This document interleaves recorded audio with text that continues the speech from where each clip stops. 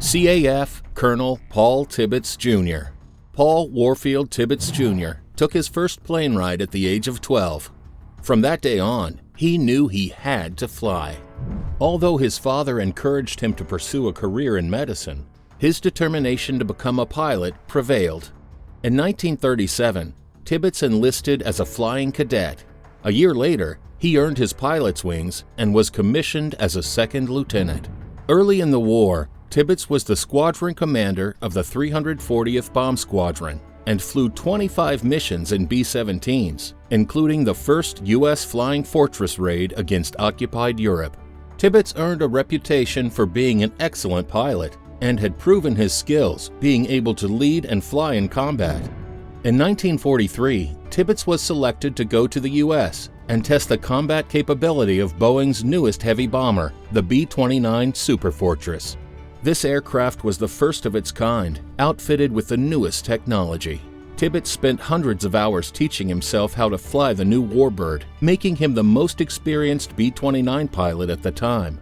His experience flying the B-29 and his stellar performance on combat missions made him the ideal candidate to command the 509th Composite Group and lead a mission that would not only change his life, but impact the entire world.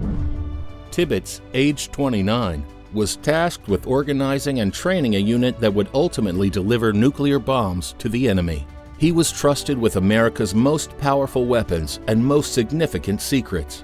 With President Truman's approval and orders issued, Tibbets and his crew lifted off in the B-29 Enola Gay at 2:30 a.m., August 6, 1945, en route to Hiroshima.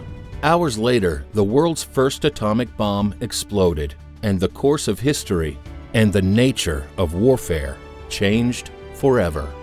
This act brought a swift end to the war, truly saving generations of people on all sides of the war. Following the war, Tibbets remained in the service and played an important role in the transition of air power from radial to jet engines. Tibbets retired from the Air Force in 1966, but had no intention to stop flying. He kept busy working in general aviation, traveling extensively, and consulting on various military projects. In the 1970s, Tibbets became aware of an organization that was rescuing World War II aircraft. The CAF's ideology was that the best way to appreciate air power history was to see it in action. Their CAF's air shows were developing a reputation for being epic. They combined aerial demonstrations and choreographed pyrotechnics to a narration of the historic events. Airshow attendees could watch the aircraft dive and soar. Then they could meet and talk with the real live heroes, the World War II veterans who participated in these missions. It was unprecedented. It was creative, and Tibbets felt strongly it was just the thing that would help younger generations of Americans understand and appreciate the tremendous sacrifices made for their freedom. Tibbets became an honorary CAF member, got current in flying the B-29, and joined the CAF's B-29 crew as a pilot. On October 9, 1976, 3 decades after bombing Hiroshima, retired Brigadier General Paul Tibbets signaled a thumbs up from the window of a B-29 Superfortress named Fifi. Sitting in the left seat of the cockpit, Tibbets began to roll down the runway of Rebel Field in Harlingen, Texas. His mission that day was to remind and reinforce the lessons of World War II into the hearts and minds of the thousands of people watching along the flight line. As part of the performance, the B-29 Superfortress would simulate dropping an atomic bomb.